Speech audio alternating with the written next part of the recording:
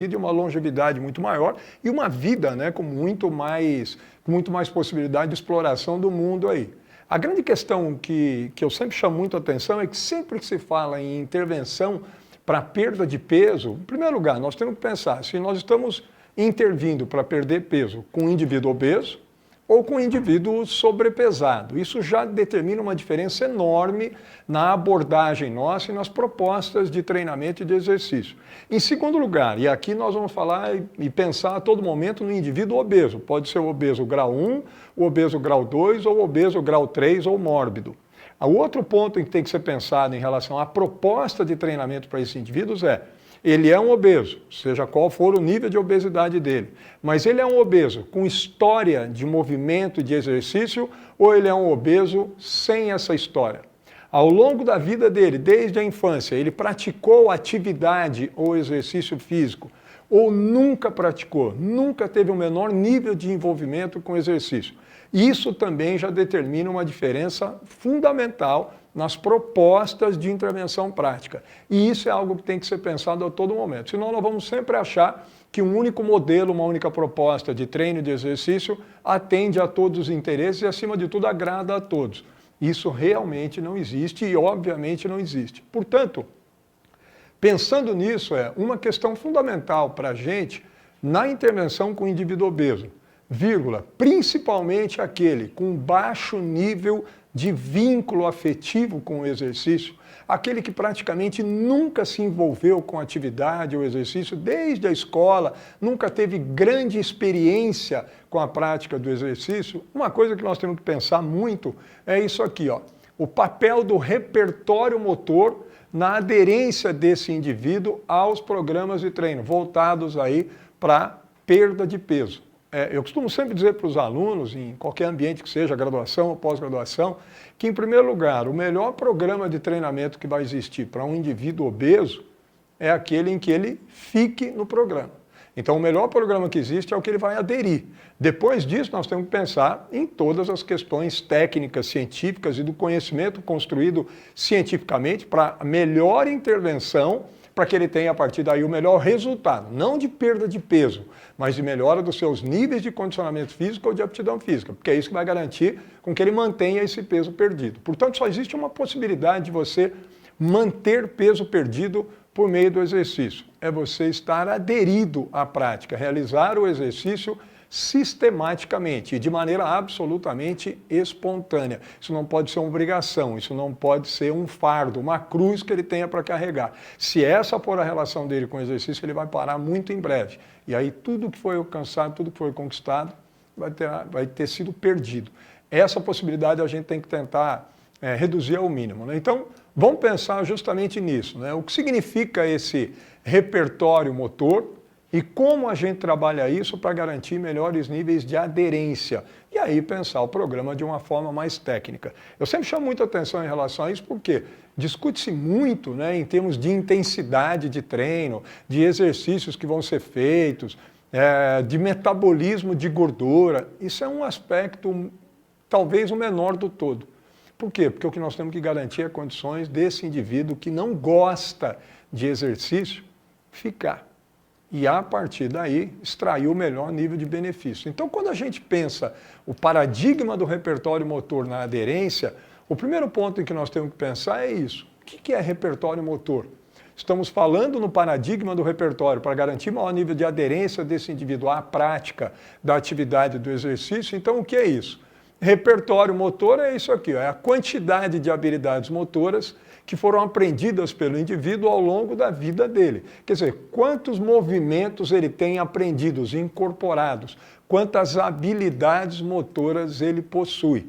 Isso é um repertório motor dele, igual uma banda que tenha um número X de músicas no seu repertório. Essa banda toca 10, 20, 30, 50 músicas. Cada música que ela toca faz parte do seu repertório musical. E aqui, então, nós temos também o repertório motor. Quantas habilidades cada um de nós tem, cada um de nós aprendeu ao longo da vida.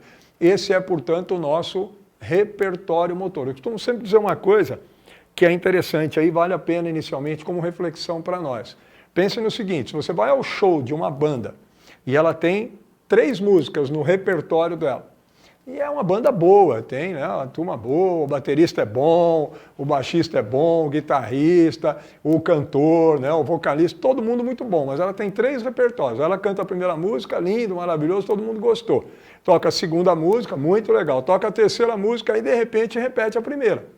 Você já vai ficar meio desconfiado, por que será que está repetindo? Deve ter alguém pedindo para repetir e tal, porque gostou demais. Aí ele repete a segunda, repete a terceira, bem interpretadas. E aí ele volta, toca a primeira de novo, na terceira sequência dele, apesar de eles serem bons, você vai embora do show. E você não vai dizer que eles são ruins como músicos, você vai dizer o quê? O show estava sem graça. Por quê? Ele só tem 3 músicas, pouco repertório e eles são bons. O que eu estou querendo dizer? Que um indivíduo com baixo repertório motor fica sem graça. É a banda com 3 músicas. Nós estamos aqui no mundo para explorar as possibilidades motoras que o nosso projeto biológico permite. Um indivíduo com baixo nível de repertório, quer dizer, com poucas habilidades, com poucos movimentos aprendidos ao longo da vida, fica igual a banda com 3 músicas. Não dá para explorar a vida de um jeito intenso, de um jeito com maior magnitude de exploração. Eu começo a explorar o mundo que me cerca de uma maneira sem graça. Dá para ser mais, dá para ser melhor, dá para ser mais engraçado, dá para ter mais condições e mais possibilidades de aproveitar a vida. Então, olha só, quais habilidades eu devo aprender ao longo da vida?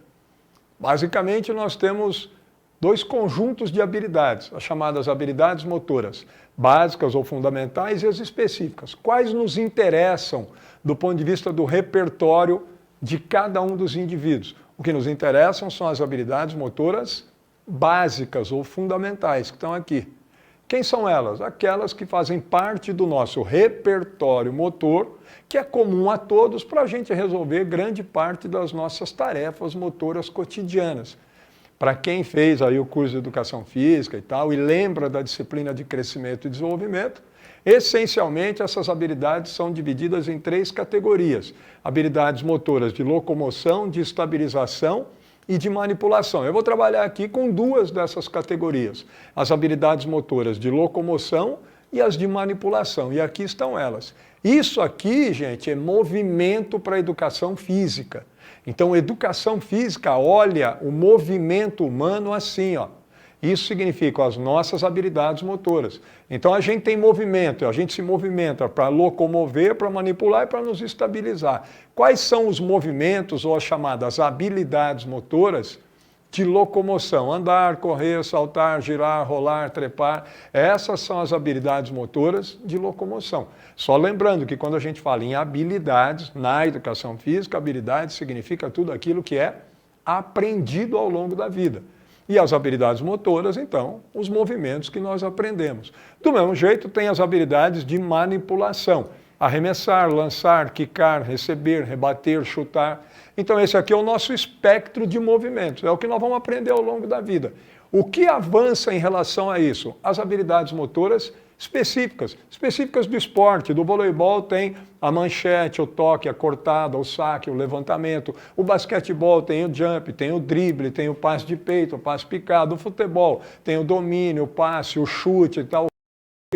Todas essas demais habilidades, em geral, derivam, se originam dessas básicas. Quer dizer, a construção, né, do padrão motor está aqui. O padrão motor básico está nesse conjunto de habilidades e delas se derivam todas as demais. Quem tem um padrão motor amplo, pleno, completo, básico, estará pronto para o aprendizado e para um melhor nível de desempenho em todas as demais habilidades motoras específicas. Fica mais fácil dele aprender qualquer coisa do vôlei, do basquete, do futebol, da natação, do handebol e por aí vai. Por quê? Porque o repertório motor básico dele ele tem. E quem tem isso aprendido, obviamente é porque praticou. E se praticou, construiu um conjunto de sinapses, de interações entre as áreas do sistema nervoso central e delas para baixo e de baixo para cima, a ponto de ele ter um nível de controle motor cada vez mais amplo, mais refinado e com muito mais possibilidades de ajuste frente às particularidades daquele momento motor que ele estiver vivendo. Portanto, aqui as possibilidades de realização no domínio motor ficam cada vez mais amplas, cada vez mais ilimitadas. Eu preciso dessas habilidades motoras aprendidas e no seu padrão ótimo, adequado, biomecanicamente mais correto de execução para poder explorar o mundo de uma forma mais ampla, mais ilimitada, mais engraçada, menos sem graça. Olha quanta habilidade. Em geral, um indivíduo sedentário ao longo da vida, desse espectro todo aqui de habilidades, acaba tendo qual? Uma, andar. É muito pouco para viver de um jeito pleno. É muito pouco. E por que eu digo que é muito pouco? Por um motivo simples e óbvio. O nosso projeto biológico é um projeto motor. O ser humano é um ser motor. Esse eu sempre digo isso para os alunos, o nosso projeto biológico é motor. Daqui para baixo o que mais tem é esqueleto e músculo. E o esqueleto é para ser movimentado pelo músculo. No sistema nervoso central de todo o nosso cérebro, seja nas áreas subcorticais ou corticais, o que mais tem é espaço voltado para o controle motor, para o controle dos movimentos. Tem área de controle motor no córtex, tem área de controle motor abaixo do córtex, tem área de controle motor no tronco cerebral, tem área de controle motor na medula espinhal e tem um cérebro à parte, que é o cerebelo, para controlar essencialmente os movimentos. Então, o nosso projeto é realmente motor. Nós temos que nos movimentar, respeitar a nossa essência. Eu não posso chegar na idade adulta e ter o andar pronto. Isso a gente chama de maduro, num padrão maduro. Dentro, então, de um processo de desenvolvimento motor adequado, o que é desenvolvimento motor? É o quanto nós vamos tendo de mudança no nosso comportamento motor ao longo da vida. São as mudanças qualitativas que ocorrem no nosso comportamento motor ao longo da vida. Isso é o nosso desenvolvimento motor. O que significa isso, essas mudanças qualitativas? Essas mudanças qualitativas é o quanto cada uma daquelas habilidades, num dado momento da vida, dentro de uma exploração adequada, de uma estimulação adequada do sistema neuromuscular, ao longo da vida nós vamos aprimorar e vamos atingir um padrão ótimo, maduro, de desenvolvimento de todas aquelas habilidades. Em outras palavras, nós vamos aprender todas aquelas. Até quando na nossa vida? Até por volta de 6 a 7 anos. Essa aqui é o modelo, né, de desenvolvimento motor, a ampulheta do desenvolvimento motor proposto por um dos principais autores da área aí do estudo, da pesquisa do crescimento e do desenvolvimento motor, que é o David Gallahue. Isso aqui a gente ensina na faculdade para todos os estudantes de educação física. Até 6, 7 anos de idade, todas as crianças deveriam ter todas aquelas habilidades motoras básicas no seu padrão maduro, ou seja, executando todas elas de um jeito biomecanicamente absolutamente correto e perfeito. Só existe um jeito disso acontecer, é praticando cada uma daquelas habilidades. Isso aqui é interessante, porque na maioria das vezes quando a gente pergunta até que idade vocês acham que isso tudo tem que estar absolutamente pronto? Quase ninguém acerta. 11, 12, 15, 13, não, isso é bem mais precoce. 6 a 7 anos. Portanto, toda criança que tenha um desenvolvimento motor adequado, ou seja, que tenha recebido a estimulação motor adequada ao longo da vida, quando ela chegar no máximo até 7 anos de idade, ela tem todas aquelas habilidades prontas. Andar, correr, saltar, lançar, arremessar, quicar, rebater, receber, girar, rolar, tudo isso. Cadê essas crianças? Onde é que elas estão? Com esse nível de desenvolvimento motor que nós vamos chamar aqui de pleno. Talvez você esteja perguntando, mas cadê o obeso nessa história? Começou. Então, o repertório é quantas habilidades eu tenho. Para eu ter todas essas, se eu tiver todas aquelas, eu tenho um nível de desenvolvimento motor que nós vamos entender aqui como sendo pleno. Na medida em que faltam mais daquelas habilidades, eu faço espontaneamente, naturalmente, cada vez menos. Quem é que brinca de alguma coisa? Quem tem aquelas habilidades. Isso eu só tenho o andar. Dá para brincar do quê? Dá para brincar de andar. E é uma brincadeira sensacional, maravilhosa, né? Uma delícia. Vamos brincar de andar. E o que é curioso e interessante, quase sempre, e aí algumas barbaridades que a gente não pode mais permitir em 2019, quase em 2020, acontecer na intervenção do movimento e do exercício, né, no âmbito que seja. Alguém é sedentário, procura uma academia, né, ou procura um personal trainer e o personal sai com ele para andar. Ou coloca ele em cima de uma esteira, andando. Andar, ele já sabe. Eu preciso incorporar algo mais e muito mais, para que ele comece a fazer espontaneamente e sem perceber muito mais. Então, dá para começar a entender onde nós queremos chegar, né? Então é possível atingir a idade adulta com um baixo nível de repertório motor e, portanto, com baixo nível de desenvolvimento motor? Sim. Por quê? Porque você só aprende aquilo que você pratica. O aprendizado ocorre somente com prática da habilidade motora. Aí, com 1 ano de idade, num processo de desenvolvimento motor normal, o que a gente espera por volta de 1 ano? Que a criança esteja andando.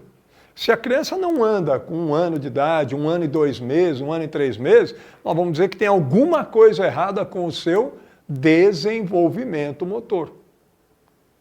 É possível uma criança, por volta de 1 ano e pouco, não andar? Se ela não vir ninguém andando à sua volta e, portanto, não for estimulada a andar, ela não anda até por volta de 2 anos. Por quê? Porque o fato dela estar vendo gente andando ao lado dela todo dia, isso já é para o cérebro dela um estímulo. E dentro de um desenvolvimento motor normal, por volta de 6, 7 meses, a criança começa a engatinhar. E isso é fundamental para que daqui a pouco ela possa se colocar em pé, que é fundamental para que daqui a pouco ela possa começar a andar. E daí ela deveria continuar o processo de estimulação. E ela está vendo mais gente fazer muito mais coisas. Tem gente correndo de frente, de costas, de lado, tem gente brincando com bola, chutando, fazendo... Ela deveria continuar o processo, se permitir continuar o processo de autoestimulação. E daí em diante, os pais podem estimular ainda mais. Ó, andar ele aprendeu, agora eu quero muito mais. O que mais eu vou fazer com ele? E aí, gente, pensem no seguinte: quantos pais e mães brincam diariamente com seus filhos? Quanta gente tem brincando em casa? Ninguém precisa ir ao clube para brincar, para jogar. Ninguém precisa ir a uma praça. Pode até ir, mas eu posso fazer isso no quintal de casa. Eu posso fazer isso no estacionamento do prédio onde eu moro, numa arinha de lazer. Eu posso fazer isso na sala da minha casa. Brincar não exige equipamentos. Se mexer não exige equipamentos. Nós só precisamos de disposição. Mas antes dela, nós precisamos do quê? Habilidades. Senão só sobra andar. E é sem graça. Então esse aqui para nós, aquele que chega na idade adulta com baixo nível de repertório, andando e mais nada de habilidade, é o famoso analfabeto motor. É o indivíduo que tem um baixo nível de repertório motor, tem poucas habilidades motoras básicas aprendidas na vida adulta, quando chega na idade adulta. E aí então, como é que eu posso, a partir daí, identificar o nível de desenvolvimento motor dos meus alunos lá na academia, de um aluno obeso, eventualmente, que tenha chegado para treinar comigo? Esse é o primeiro ponto. Olha, normalmente as pessoas que têm o que eu chamo de baixo nível de vínculo afetivo com o exercício, e portanto que são refratários ao exercício, não gosta ou começa e para, e vocês já viram muitos desses. Em geral, esses indivíduos com baixo vínculo afetivo e refratariedade são analfabetos motores. Tem um baixo nível de repertório motor, tem um desenvolvimento motor ainda bastante precário. Não tem mais do que 1, 2 habilidades motoras aprendidas. É por isso que não gosta. Primeiro, porque nunca praticou. E segundo, porque qualquer coisa que vai fazer agora é um pouco mais difícil para o sistema nervoso central se adequar, se ajustar ao controle motor novo. E isso começa, às vezes, a frustrar um pouco mais. Se quando era criança, que nós já somos naturalmente, né, de maior nível de movimento, de engajamento em atividade física motora, Imagina agora, quando adulto e obeso, com 15, 20, 30 quilos a mais no peso e com uma dificuldade maior para levar esse peso corpóreo, é muito mais difícil começar agora. Então nós temos que começar a achar estratégias para que essas pessoas realmente façam mais atividade física. Então como é que eu identifico o nível de desenvolvimento motor dos alunos? Nós desenvolvemos na nossa empresa um protocolo de desenvolvimento desse nível, de avaliação desse nível de desenvolvimento motor. É o que nós chamamos de índice Braddon de desenvolvimento motor. Então, para as várias habilidades motoras básicas, desde o andar até o saltar, lançar, arremessar, nós temos padrões de movimento, formas que a pessoa realiza o movimento, em que dá para nós classificarmos esse indivíduo num estágio iniciante, num estágio intermediário, que alguns também chamam de elementar, ou num estágio maduro. Isso também a gente ensina para os alunos de educação física na disciplina de crescimento e desenvolvimento, identificar o estágio de desenvolvimento motor em cada uma das habilidades motoras básicas. Quem eventualmente aí já passou por isso na faculdade, já se formou há tal tempo e não lembra disso, saiba que perdeu uma oportunidade ímpar de ir além do óbvio do ponto de vista das intervenções em exercício e treinamento para indivíduos não atletas, né? Então aqui a gente tem alguns exemplos, olha, em que nós temos várias habilidades desde então, como é que nós fazemos essa avaliação? Aqui a gente tem um exemplo, ó, de uma mulher de 66 anos. O início dela aqui, olha, andar para trás, ela estava no padrão intermediário. Aqui vocês veem, iniciante, intermediário e avançado ou maduro. Como é que a gente faz isso? A pessoa faz o movimento e nós vamos olhar cada um dos aspectos. Posição dos pés, posição dos braços, como é que ela coloca o pé no chão, se é a ponta do pé primeiro, porque esse é o padrão motor do andar para trás.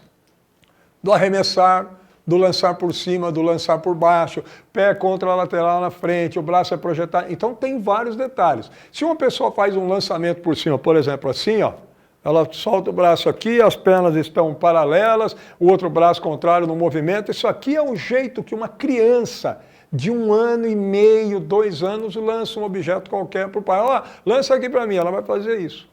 E aí nós temos um adulto que reproduz um movimento de lançamento exatamente assim.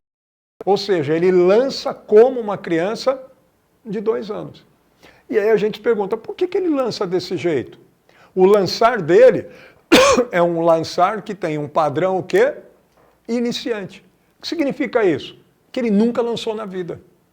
Ou que ele nunca lançou por baixo. Ou que ele nunca correu para trás. Ou que ele nunca andou para trás. Ou que ele nunca chutou, que ele nunca rebateu, que ele nunca recebeu uma bola, ele nunca quicou uma bola, ele nunca saltou. Então essa senhora, ó, grande parte das habilidades básicas ela tinha no nível iniciante e intermediário. Olha só, não tinha nenhuma habilidade motora básica dela no nível maduro, no nível avançado.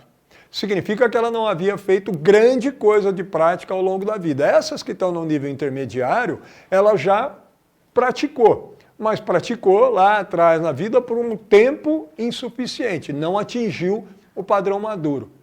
Depois de alguns meses de prática com a gente, olha o que aconteceu com ela. Ela saiu, olha, nenhuma habilidade mais, a não ser o chutar, ela tinha ainda no iniciante. As outras 2 que ela tinha aqui no iniciante passaram para o nível intermediário e ela já tinha, olha lá, 4 habilidades motoras no nível avançado ou maduro, prontas, e que ela agora pode usar para uma série de outras atividades. No andar para trás, fica até mais difícil dela cair por conta disso. O lançar por cima ela já tem maduro, o lançar por baixo, o quicar a bola, agora ela já consegue fazer alguns exercícios do basquete para arremessar. E isso era o que acontecia com ela começava a brincar mais com bola, quicando, começou a chutar, começava a fazer jogos de lançamento por cima, jogos de lançamento por baixo, jogos com o quicar a bola. E aí ela começou a fazer atividade sem perceber. Então, ao invés de ela ir agora para a esteira e ficar meia hora caminhando na esteira em frente a uma televisão, que é uma coisa extremamente chata, ela pode fazer meia hora de caminhada a 5 por hora, ou a 6 por hora, ou a 4, e aí a velocidade vai ser determinada por outros aspectos, mas ela faz isso brincando com a bola de basquete e arremessando. ela faz isso brincando com um boliche adaptado e fazendo o lançamento, porque agora ela faz bem feito e tem mais êxito. Brinca, se diverte. E ela estará andando para trás, para o lado, para frente, brincando, lançando, arremessando, chutando, recebendo uma bola, fazendo um toque, uma manchete do voleibol, e ela se movimenta do mesmo jeito que ela estivesse em cima da esteira. O gasto calórico, o efeito cardiovascular é rigorosamente o mesmo, mas o que ela libera de endorfina, o que ela libera de adrenalina, o que ela libera de serotonina é infinitamente maior do que ela ficar quase que obrigada em cima de uma esteira. É por isso que 99% dos indivíduos com baixo nível de vínculo afetivo desistem nos 2 primeiros meses. Porque se ele ficar, ele é um herói. Ficar nesse padrão, de sobe em cima da esteira, tá vendo a televisão ali? Assiste bastante. Porque o exercício que eu vou te passar é bem chato. E eu ainda quero que você fique aqui por muitos anos. É acreditar em Papai Noel ou não gostar do ser humano. E esse modelo, o que me surpreende até hoje e me irrita, é que nós estamos em 2019. Nós não estamos em 1850 passando exercício. Não é possível que até hoje a gente tenha esse modelo arcaico, retrógrado, quase idiota de prescrição de treino para quem não gosta. Quem gosta já é difícil. Para quem não gosta, então, é quase que um pedido para que ele não continue. E a gente continua fazendo a mesma coisa. E vai passar o tempo e nós provavelmente continuaremos na mesma, né? Estamos evoluindo. Então está aqui, olha, um homem de 50 anos, olha só esse, ó. Olha a diferença, homem de 50 anos, olha as habilidades todas, ele entrou, fez os testes, ó, todas as habilidades motoras básicas dele, ele tem no nível maduro, avançado. Ele joga de tudo, ele brinca com tudo, ele faz qualquer coisa, seja no futebol, do vôlei, do basquete, do boliche, ele aprende tudo que é novo muito rápido, porque com todas essas habilidades fica muito fácil para ele aprender movimentos novos. E o sistema nervoso central dele se adequa e ajusta o controle motor e cria as novas sinapses a partir daquilo que ele já tem de modelo pronto de sinapse, dos padrões de comportamento motor que já estão prontos. E para ele colocar novas sinapses nesses engramas que ele já tem pronto, é muito mais fácil para ele aprender movimentos novos e ele gosta desses novos desafios motores. Não se esqueçam disso, ó, tínhamos aqui alguém analfabeta motora e agora já sendo alfabetizada. E esse aqui, num alto nível de alfabetização motora. Esse aqui explora o mundo de um jeito muito mais rico do que essa aqui. Agora já é outra conversa no pós-treino dela. Aqui, olha, um outro indivíduo, ó, 77 anos, uma mulher. Então é possível ter as habilidades? Sim, desde que se pratique. Dá para começar agora. O processo é um pouco mais lento, mas tendo pedagogia de treino, vai embora, olha aí, ó. Essa é uma aluna nossa que com o tempo atingiu o padrão maduro de praticamente todas. Só não tinham receber. E aqui, olha, um homem de 26 anos, olha aí, ó, uma mulher de 77 com todas as habilidades maturas. Um homem de 26 anos, tudo intermediário. Faltou o que para ele? Certamente ao longo da vida? Prática. Quando alguém chega assim, um indivíduo agora chegou obeso e com as habilidades, tudo, por exemplo, no nível iniciante e uma outra no intermediário. O que ele está fazendo para nós, nesse momento em que a gente faz a identificação do nível de desenvolvimento motor dele, é contando para mim a história motora dele. Se ele tiver muita coisa aqui no nível iniciante, o que ele está me contando é o seguinte, ó, do ponto de vista motor, nunca fiz nada na vida. Ele acabou de te contar a história motora dele.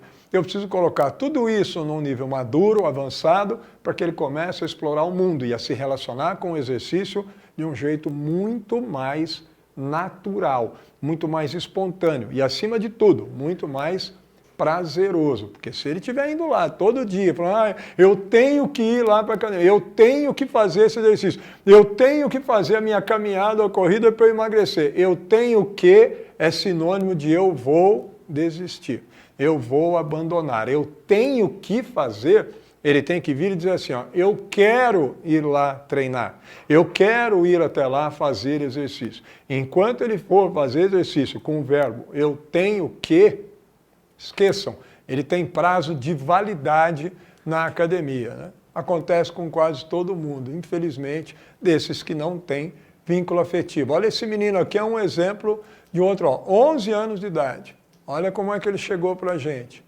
Nível iniciante e intermediário. Nenhuma habilidade madura. Quando é que tinha que estar tudo maduro? Aos 7, no máximo. Então ele é um menino com baixo nível de prática motora ao longo da vida. Nem educação física escolar. Fugia da educação física escolar com atestado médico. O que é um absurdo, ele não tinha problema nenhum. Está lá treinando com a gente. Olha aí, ó, 6 meses depois, dá uma olhada que bacana.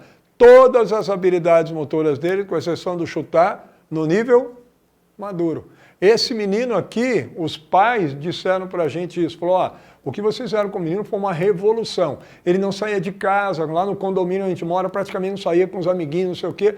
Agora, eles brincaram com a gente, disseram assim, sábado e domingo meu filho chega em casa, no final da tarde, marrom. Ele vai brincar, os amigos passam lá e a bicicleta e joga isso, joga futebol, brinca. É isso, é uma criança de 11 anos, ele tem que estar se divertindo, ele tem que estar brincando, ele tem que estar se movimentando. Como é que um garoto de 11 anos, e com 10, com 9, com 8, podia ser tão avesso ao exercício, à atividade? É porque ele não tinha habilidade. Aí ele ia brincar com os amiguinhos, ele estava sempre para trás. Era aquele que estava todo mundo, vamos fazer alguma coisa, ele não consegue, vamos fazer isso, ele não sabe, vamos fazer aquilo outro, ele se dá mal. Aí ele tem vergonha, ele fica constrangido e ele vai se marginalizando, ele vai ficando à margem. Aí tinha pouco coleguinha. Ampliou as amizades, o relacionamento social, hoje é um menino muito mais feliz. Por que ele é mais feliz? Porque ele tem mais habilidades motoras, porque ele deixou de ser um analfabeto motor. Isso é uma coisa mais do que lógica e óbvia. E aí esse menino, com 11 anos de idade, 92 quilos, obeso. Por que ele era tão obeso assim? Absolutamente sedentário. E o pai altamente ativo. Ele falou, cara, eu chamava meu filho para tudo, para ir fazer isso, brincar, aquilo outro. Eu falei, não vai, ele não tem habilidade. Ele vai passar vergonha com você e com qualquer outro que estiver vendo. E hoje ele vai, todo domingo ele e o pai vão para o clube. Brinca de basquete, brinca de futebol, brinca. E o que ele mais gosta hoje é ele se encontrou. Das habilidades dele, ele se encontrou mais com basquete. E brinca de basquete todo final de semana, ele e o pai. Os dois no clube, a mãe, ele ensina. Pronto, é isso. Ele já está combatendo a obesidade? Está combatendo a obesidade de uma forma absolutamente natural. Porque isso é a porta de entrada. Existe um conceito que a gente chama de hábitos angulares. Tudo na nossa vida é habitual, é mecanizado. Infelizmente o cérebro funciona assim. Ele funciona na base dos hábitos, comportamentos habituais, comportamentos automáticos. E esse menino tinha por hábito o sedentarismo, não fazer absolutamente nada de exercício. Hoje, naturalmente, o conjunto de hábitos dele é sempre de prática motora. Sempre. E isso aqui é muito bom para ele. E o exercício tem uma coisa que é fantástica. Dentro desse conjunto de hábitos, a gente tem um conceito que chama hábitos angulares. Quer dizer, um determinado hábito que a gente passa a adquirir e que abre portas para que outros novos hábitos se instalem na nossa vida. O exercício é um hábito angular dos mais poderosos que existem.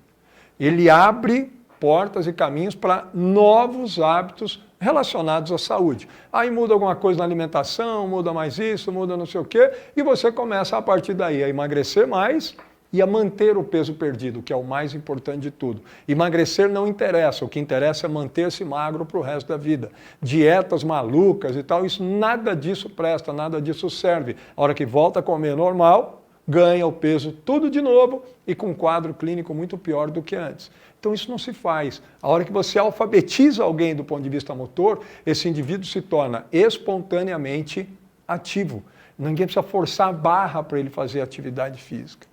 Bom, então, e aí aqui são mais exemplos, né, do quanto a gente consegue, o termo que eu uso é alfabetizar, né, as pessoas do ponto de vista motor. E esse aqui é um artigo em que nós, a partir daí, então, fazendo a relação desse repertório motor com a obesidade, esse foi um artigo que nós publicamos de revisão nessa revista em 2017, em que a gente mostrou algumas questões bem interessantes aí, ó. A dieta de restrição calórica com perda maior ou igual a 10% do peso corporal, olha o que significa isso. Indivíduos que fazem uma dieta de restrição, quer dizer, restringe carboidrato, passa fome e tal, e por conta dessa dieta perdem mais, né, do que 10% do seu peso corporal, olha que dado interessante. Aproximadamente 55% desses indivíduos que perdem mais, né, uma perda de peso igual ou superior a 10% do peso total, 55% consegue manter o peso perdido no período de até 1 ano. 20% consegue manter o peso perdido em até 2 anos. E somente 6% consegue manter o peso perdido até 5 anos após essa perda. Ou seja, de quem faz qualquer tipo de manipulação nutricional mais drástica, e todas elas à base de restrição, e que consegue perder uma quantidade considerável de peso, que a gente considera na literatura uma quantidade considerável, igual ou maior do que 10% do peso corporal. Tinha 100 quilos, perdeu 10 quilos ou mais.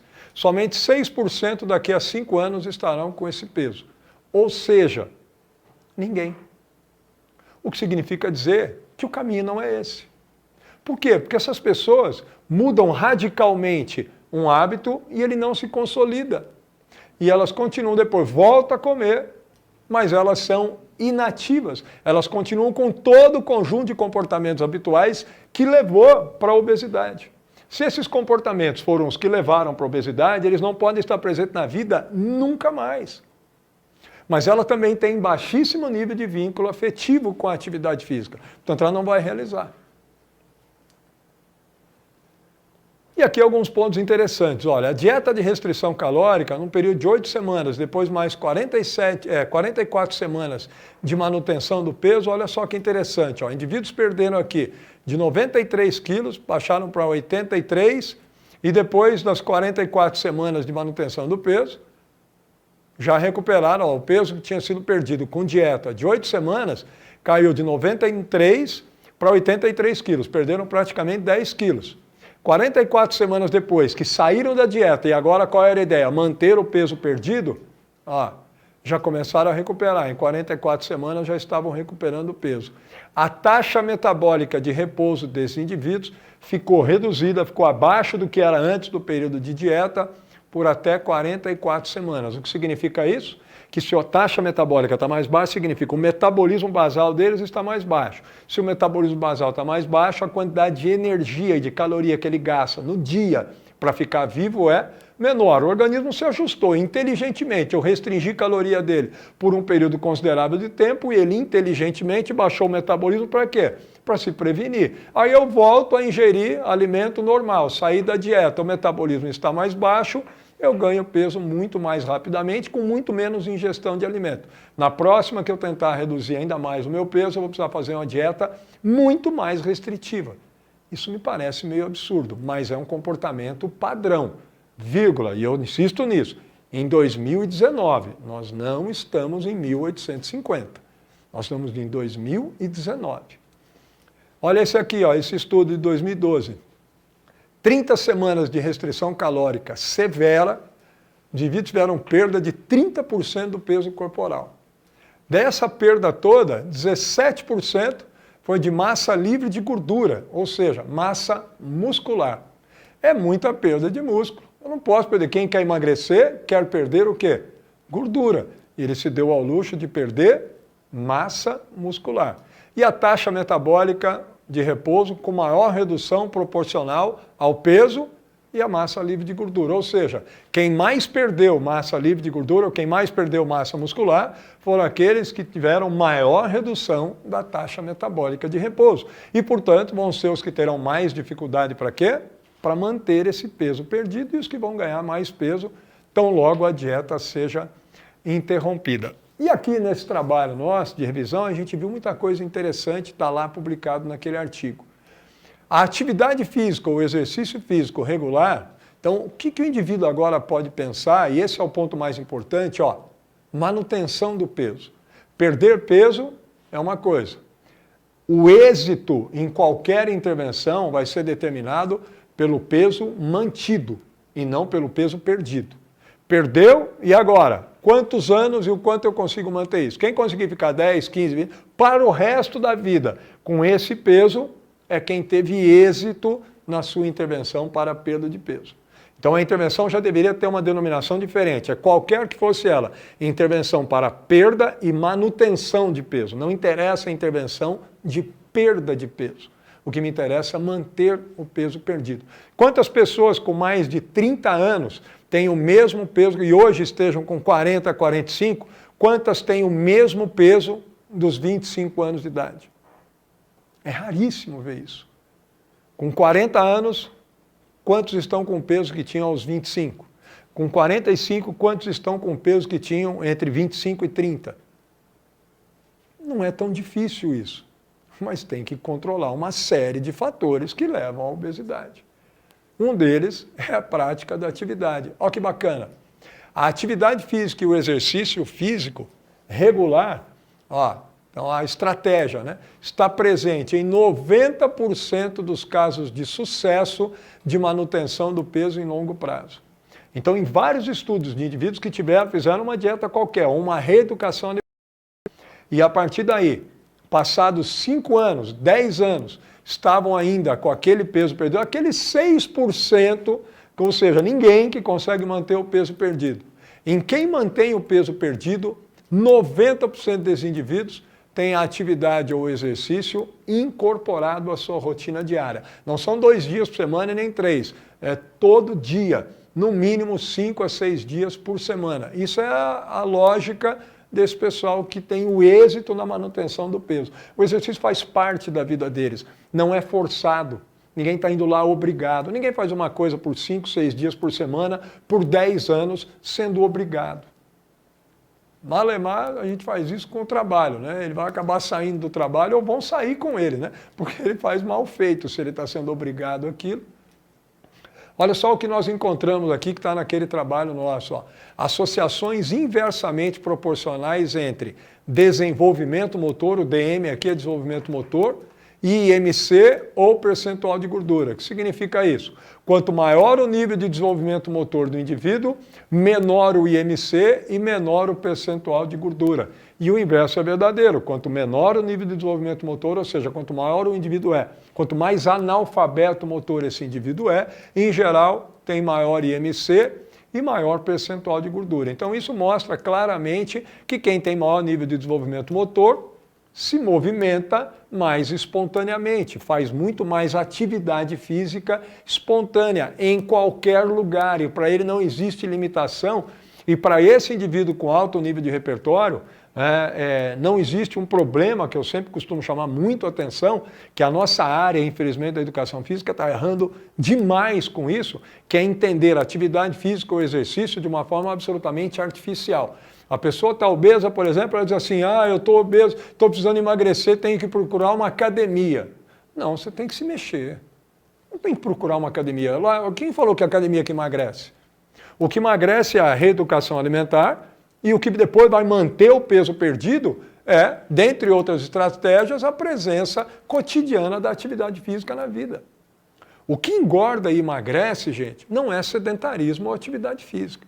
O que engorda é excesso de caloria. Engorda-se e emagrece-se por aquilo que come-se e que deixa-se de comer.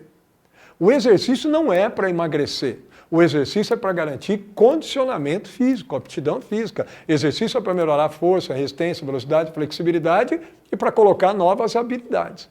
Emagrecer não é o papel do exercício. Claro que quem faz torna-se mais magro, porque gasta mais caloria e mantém mais o peso. E ninguém engorda porque é sedentário.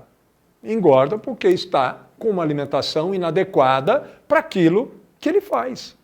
Para a sua taxa metabólica diária, ele está ingerindo mais caloria do que deveria. É por isso que ele está engordando. Não é porque é sedentário. Só que conforme o tempo vai passando, o metabolismo nosso vai diminuindo por conta da perda de massa muscular, associada principalmente ao sedentarismo na medida que a gente envelhece. E aí eu teria que ingerir cada vez menos alimento. E isso, obviamente, não está muito no padrão cultural nosso do ponto de vista nutricional. Então, eu vou precisar fazer mais atividade até para auxiliar nessa manutenção do peso e eu poder fazer algumas extravagâncias gastronômicas aí, né? Mas a ideia de que exercício é em academia ou que o exercício precisa de equipamento para ser realizado, ela é absolutamente equivocada.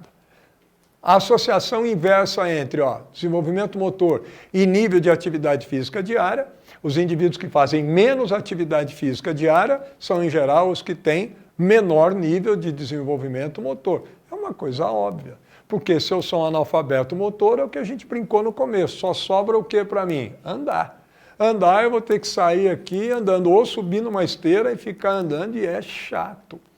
Principalmente no método que a maior parte das academias acaba utilizando, né? Que é o método que a gente chama de contínuo extensivo. Sobe, põe uma velocidade e fica nela meia hora, 40 minutos. Essa pessoa tem que ter uma paciência ou quase que uma devoção enorme, né? A associação também inversa, entre desenvolvimento motor na adolescência e MC na idade adulta.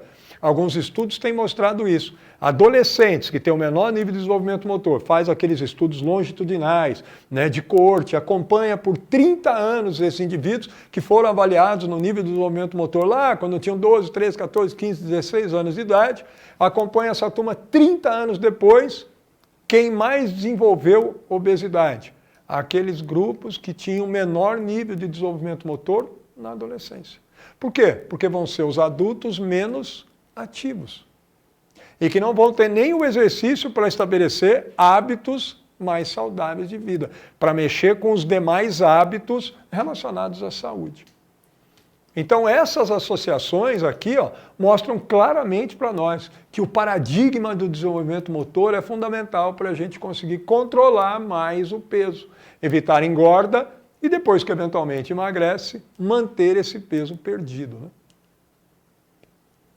E para nós, gente, quando eu falo em condicionamento físico, essa é a nossa visão, é a minha visão particular em relação à aptidão física. Muita gente fala nisso, usa o termo aptidão física, condicionamento físico, e praticamente ninguém sabe o que é. Quando eu peço para alguém, então dá um conselho, define condicionamento físico, dá umas gaguejadas, define aptidão física, gagueja mais um pouco, fala que uma coisa é uma, outra é outra, isso é a coisa mais simples do mundo.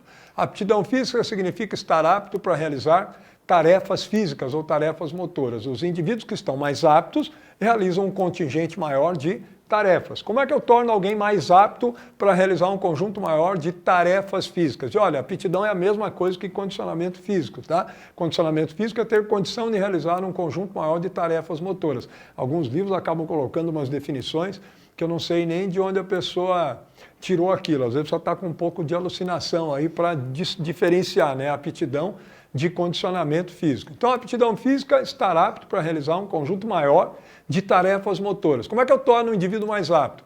Aprimorando as suas capacidades motoras. O que são as capacidades?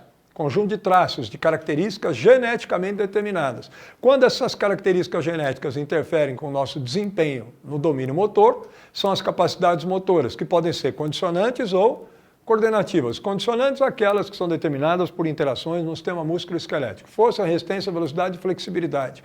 É óbvio que algum nível de força, resistência, velocidade e flexibilidade é exigido para uma série de tarefas motoras. Andar, correr, subir escada, descer escada, jogar futebol, brincar de vôlei, brincar disso. Dependendo da tarefa que eu estiver fazendo, eu tenho mais exigência de uma ou outra.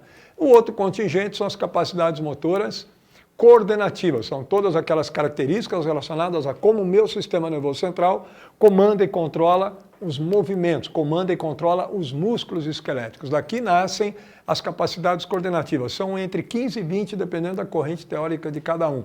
Capacidade de coordenação motora grosseira, coordenação motora fina, coordenação espaço-tempo, capacidade de representação motora, capacidade de reação simples, de reação complexa, equilíbrio estático, equilíbrio dinâmico, equilíbrio recuperado, ritmo intrínseco, ritmo extrínseco, coordenação óculo-manual, coordenação óculo-pedal, olha quanta coisa.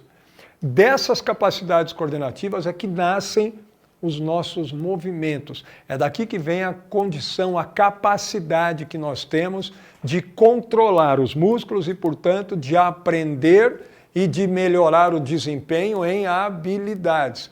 Quanto mais coordenações eu tiver, mais habilidades eu tenho possibilidades de aprender. Então, na minha ótica, a aptidão não morre aqui nas capacidades condicionantes. Infelizmente, a literatura encara assim. A aptidão física é você aprimorar força, resistência, velocidade e flexibilidade. Essa é uma visão muito reducionista de aptidão física.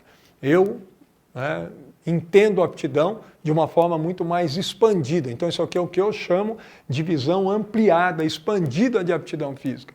Para estar cada vez mais apto, eu preciso ter mais capacidades e mais habilidades. Movimentos, cada vez mais movimentos dentro do meu repertório motor.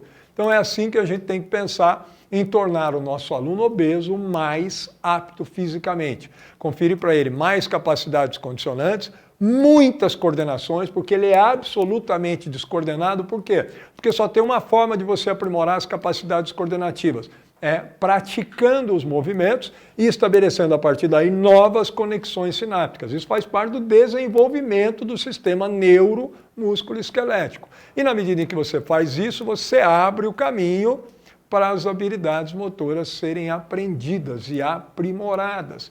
E aí o mundo se abre para esse indivíduo do ponto de vista de realização motora, de exploração do mundo, de relações sociais e, acima de tudo, gente, de mudança de paradigma com o exercício. Por quê? Porque o que a gente fica vendo o dia inteiro em rede social, publicado por profissional da área da educação física, é no pain, no gain. Foco, superação, determinação. Eu quero ver quem é que vai tirar do sofá o indivíduo obeso que odeia exercício, dizendo para ele, no pain, no gain. O negócio é o seguinte, meu amigo, vem para cá que eu vou te esfolar. Vem para cá com muito foco, superação. Ele tem que se superar, gente, no trabalho. Ele tem que se superar em casa, como pai, como marido, como um profissional lá no trabalho. Quem tem que se superar no exercício é atleta. Essa paranoia da superação para o bando de amador que tem nas academias e fica ali com muita fé, superação, foco para ganhar um pouquinho de músculo, para tirar foto no Instagram e no Facebook. Ele nem vive disso, não faz nada com isso. O que está fazendo com esse músculo? Se apresentando na rede social? Precisa de superação para isso? Precisa usar droga para isso? E eu sempre pergunto em sala de aula para os meus alunos e faço sempre um desafio e mostro o quanto nós temos fracassado com essa turma. Por quê? Porque a gente não tem nada novo para eles, não tem nada diferente. Nós estamos com um modelo de musculação, um modelo de academia, que é da época que eu praticava lá com 16, 18 anos de idade, 1900 e sei lá quanto. Tem nada de novo para ele. Eu digo assim para os meus alunos, levanta a mão aqui na sala, 50 alunos, quem faz atividade física, diariamente, no mínimo 4 a 5 dias por semana. Aí todo mundo praticamente levanta a mão, na turma de educação física. Aí eu digo assim, o desafio agora é simples, mantém o braço levantado, quem tem o pai e a mãe, vivos ainda, que façam atividade. Também no mínimo 4 a 5 dias por semana. Todo mundo abaixa o braço. Ficam 2, 3 com o braço levantado. Então tem alguma coisa errada. Todo mundo aqui é fisicamente ativo e o pai e a mãe são sedentários. Onde é que está o erro? Está tentando passar para o pai e para a mãe o padrão, o modelo de exercício que atinge a juventude. Aquilo que é bom para o garoto de 20 anos, ele está achando que vai ser bom para o pai dele, obeso, que nunca gostou de exercício. E tem aquele que gostou, mas ele gostava do quê? Aí eu dou um exemplo prático. Nós tínhamos um aluno numa época que estava 30 quilos acima do peso. Foi karateca a vida inteira. E por volta de mais ou menos 18, 19 anos, quando entrou na faculdade, teve que abandonar, não sei o que, apaixonado por karatê. Passados 20 anos, 20 e poucos anos, ele nessa época estava com 45 anos, veio me procurar, Cássio, nossa, eu preciso perder peso, eu preciso fazer uma coisa, eu estou indo na academia.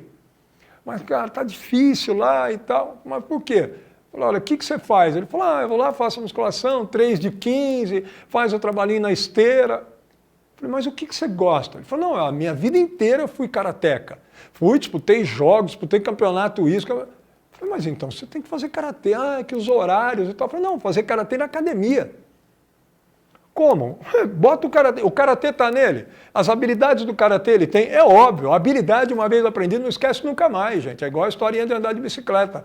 Por que não esquece nunca mais? Porque é uma habilidade. Aprendeu, só tem um jeito de você desaprender, é ter um acidente vascular cerebral naquela área que estava controlando esses movimentos. Habilidade não se esquece.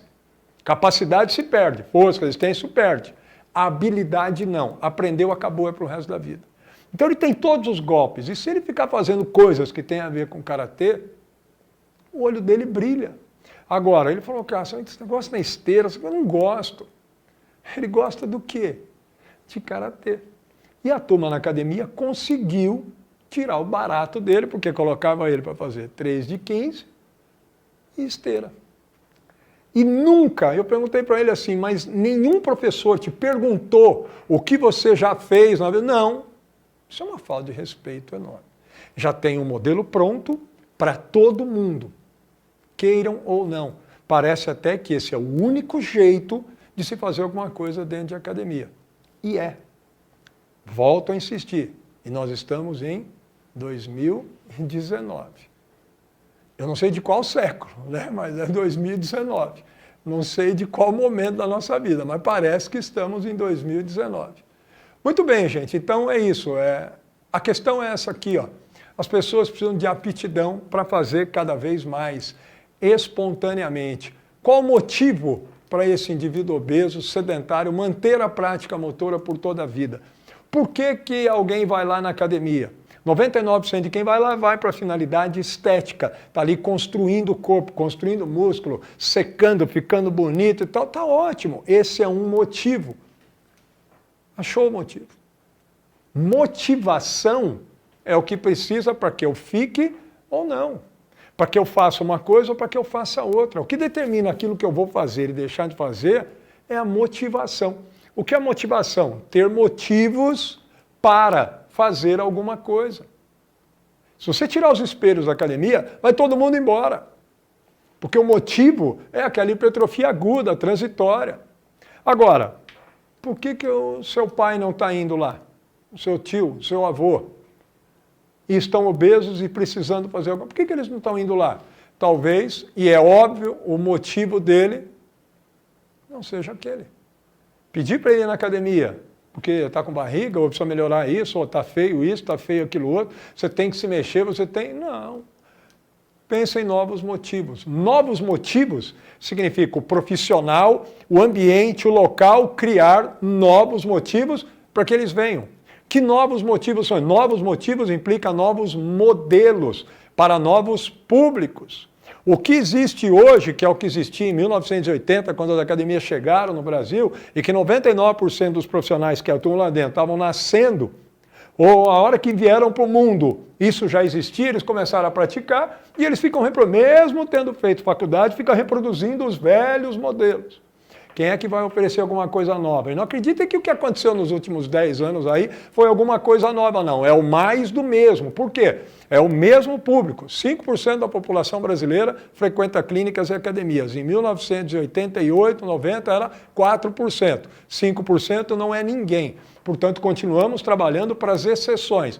Para a garotada, para o pessoal mais novo, que quer alguma coisa em relação ao corpo. Está lindo, está ótimo. É do momento da vida. Mas nós temos que criar alguma coisa diferente. Por quê? Porque tem 95% da população que precisa, mas que precisa ficar lá. Qual o motivo? Eles poderiam se divertir mais, ao invés de sofrer, de vir com no pain, no gain. Então não tem que treinar forte. É óbvio que vai ter que treinar forte, num dado momento de um processo. Mas criem motivos. Por que ele não pode se divertir? Por que ele não pode jogar? Por que ele não pode brincar um pouco mais? Por que ele não pode ter novos desafios? Por que ele não pode ser submetido a alguma coisa nova diariamente? Por que ele não pode aprender coisas novas? Por que ele tem que ficar sempre repetindo aquele monte de exercício que só mexe com capacidades e nem com habilidades? E não fala no tal do funcional que não tem também habilidades. Olha lá, brincar, jogar com os filhos, os netos.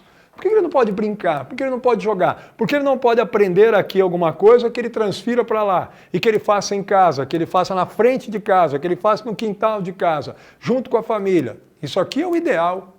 Pai, mãe, filho, todo mundo brincando junto no sábado, no domingo à tarde.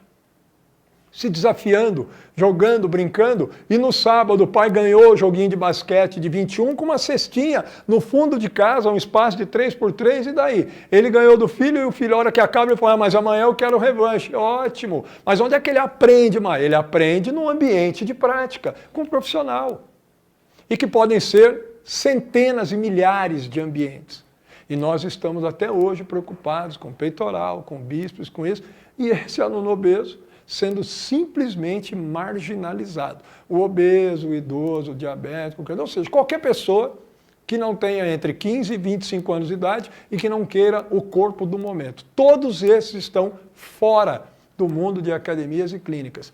É inacreditável isso, né? Principalmente em 2019. Deixar de artificializar a atividade física. A atividade está aqui, ó. Esse aqui é o equipamento. Aprimorem esse equipamento, mas com propostas verdadeiramente desafiadoras. Essas coisas que existem aí não aprimoram em nada o controle motor. Achar que movimento se resume a abaixar, levantar, empurrar e puxar, isso não é visão de educação física, gente. Isso é uma visão desse tamanho, em termos de movimento. Dissociar a atividade do paradigma meramente estético. Esse indivíduo não está nem um pouco preocupado com a questão estética. Se tivesse, ele tinha feito atividade, exercício lá com 20 anos, com 20 e poucos. Agora, 40, 45, 50, ele não tem essa preocupação. Querer vir com esse apelo nas redes sociais, com esse discurso, é muita inocência, né? Chega até a ser tolo, né? De tão bobinho que é achar que isso aqui vai sensibilizar alguém que nunca se preocupou com isso, ainda mais agora da meia para a terceira idade. Isso é tolice, né? É uma conversa realmente ingênua. Então nós temos muito mais possibilidades e muito mais demandas em termos de criação de motivos para essa turma. E acima de tudo, o paradigma do desenvolvimento motor e do repertório determina isso aqui, ó. A atividade física é para se divertir, a atividade física é para sorrir. Quem sofre com atividade, com exercício é atleta, é competidor, é ele que dói, é ele que tem que passar gelo todo dia, é ele que toma um analgésico, é ele que toma anti-inflamatório. A vida dele é isso, ele sustenta a família com isso. Esse é um atleta de alto desempenho. Achar que para todos nós devemos sofrer, morrer, passar mal, isso também é tolice. Por quê? Porque todos os meus alunos abaixam o braço quando eu peço para manter quem tem o pai e a mãe fisicamente ativos. Então mudem as propostas, pensem fora da caixinha, porque está tudo muito inocente. E nós temos cada vez mais gente obesa parada. E as academias e clínicas ficam discutindo a intensidade do exercício. Vou fazer HIIT, que é uma das maiores barbaridades para alguém que nunca gostou de treinar. Tira ele do sofá e coloca ele para fazer uma coisa absolutamente intensa. Quem é que vai fazer isso por quanto tempo?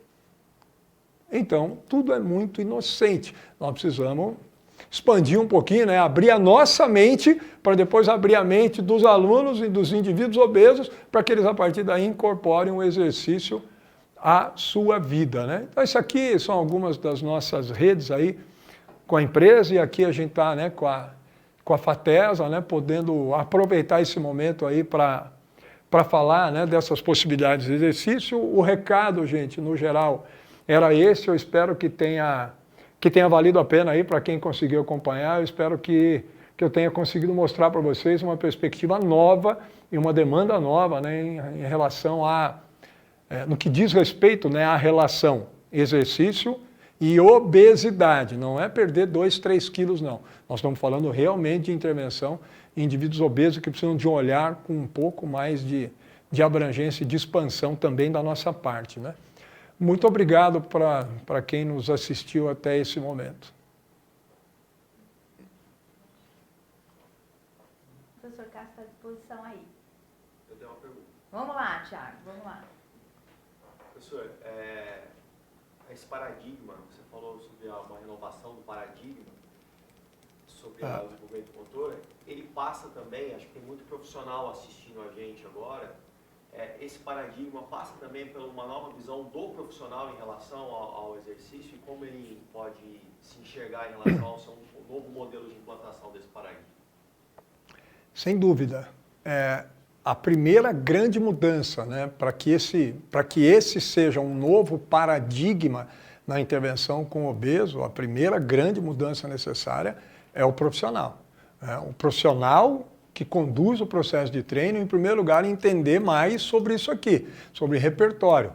Como fazer com que as pessoas aprendam, porque aprender habilidades novas significa um termo simples, é desafiar o sistema nervoso central desse indivíduo. Qual é a forma adequada de desafiar? Quer dizer, qual é a pedagogia disso? Quais são os exercícios? Em que momento isso deve aparecer? Para que isso se torne realmente algo prazeroso, divertido e desafiador. É o desafiador daquilo que eu consigo realizar. Porque se eu me frustrar e não conseguir realizar, isso não é prazeroso. Frustração gera evasão. Então, saber conduzir isso é um grande desafio do ponto de vista de evolução cognitiva do profissional de educação física. A educação física não sabe, infelizmente, como trabalhar o movimento, como ensinar aquele rol todo e aquele espectro de habilidades. Como conduzir isso? Esse é o primeiro grande desafio. E a partir daí, como comunicar isso? Esse vai ser o segundo desafio. Mas primeiro eu tenho que me preparar. Me preparar cognitivamente, me preparar profissionalmente. E a partir daí, como é que eu comunico isso? Agora é essa turma chegar. Então, e depois como trabalhar isso, não mais de forma individual. Por quê? Porque a melhor forma de você trabalhar nesse paradigma é coletivamente. Só que vai ter que trabalhar coletivamente respeitando individualidades. Esse é o terceiro desafio para a implantação desse novo paradigma.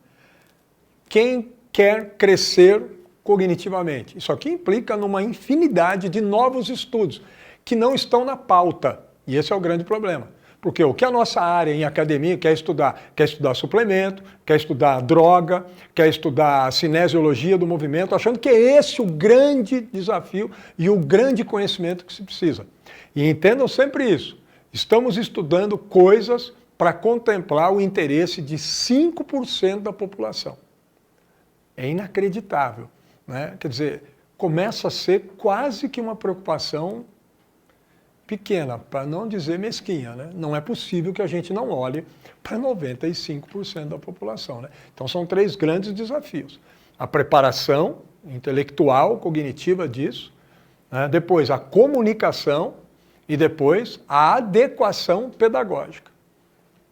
É bastante coisa. Vai demorar um tempo. Os profissionais precisam sair do extremo conforto que se encontram hoje. E eu digo isso muito tranquilamente, apoiado em estatística.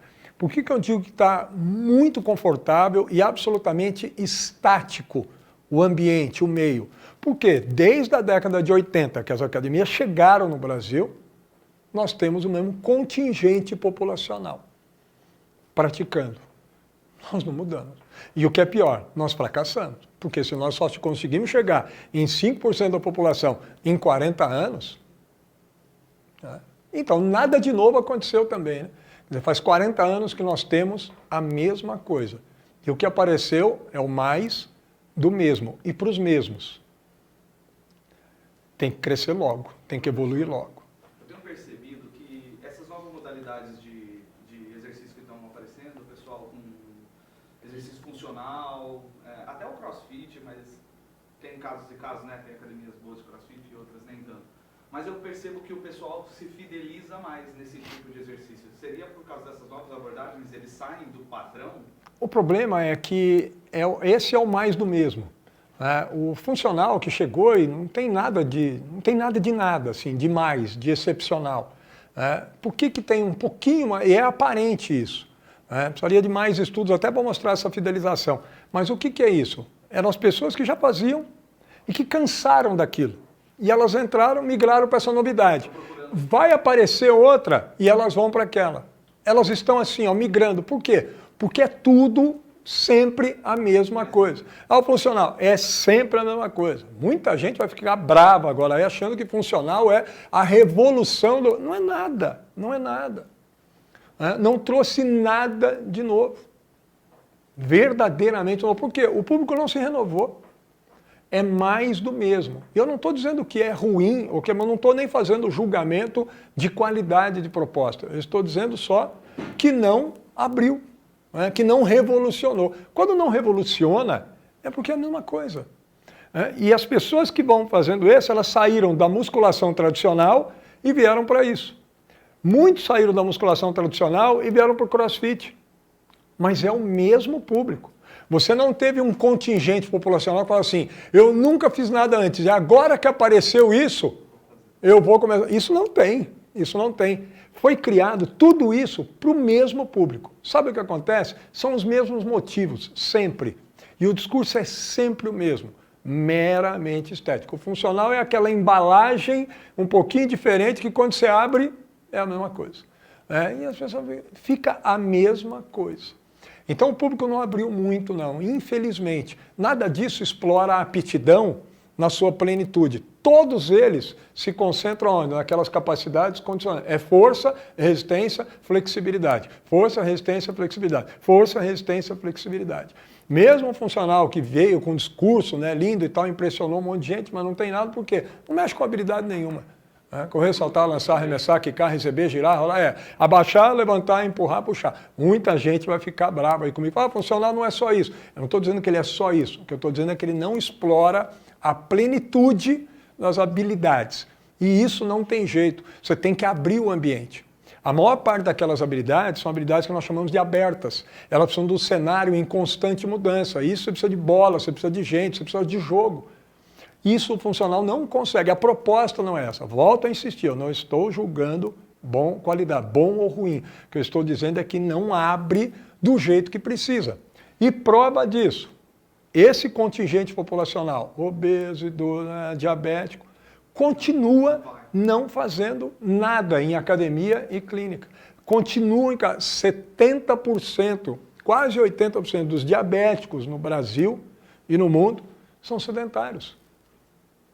Falou é verdade, porque a maioria das pessoas que eu vejo que migraram para esses novos estilos são pessoas que já faziam academia. Exatamente.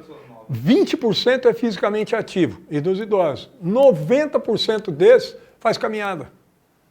Então nós não conseguimos mudar o contingente, nós não conseguimos mudar o cenário em 30, 40 anos. Ainda que essas novas propostas tenham dado possibilidades um pouquinho maiores. E eu até acho que um pouquinho melhores, mas o público não foi absolutamente renovado, né? Falta mais coisa ainda, infelizmente.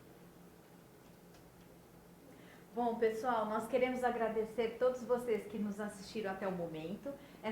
Esse vídeo, essa live, ele vai ficar disponível por um tempo e a gente espera colaborar com vocês, profissionais da estética e não da estética também, todo mundo que está na linha de frente cuidando de algum paciente que tem alguma comorbidade, alguma doença crônico-degenerativa, e para os donos de academia, profissionais de educação física, fisioterapeutas, ou seja, é uma interdisciplinaridade.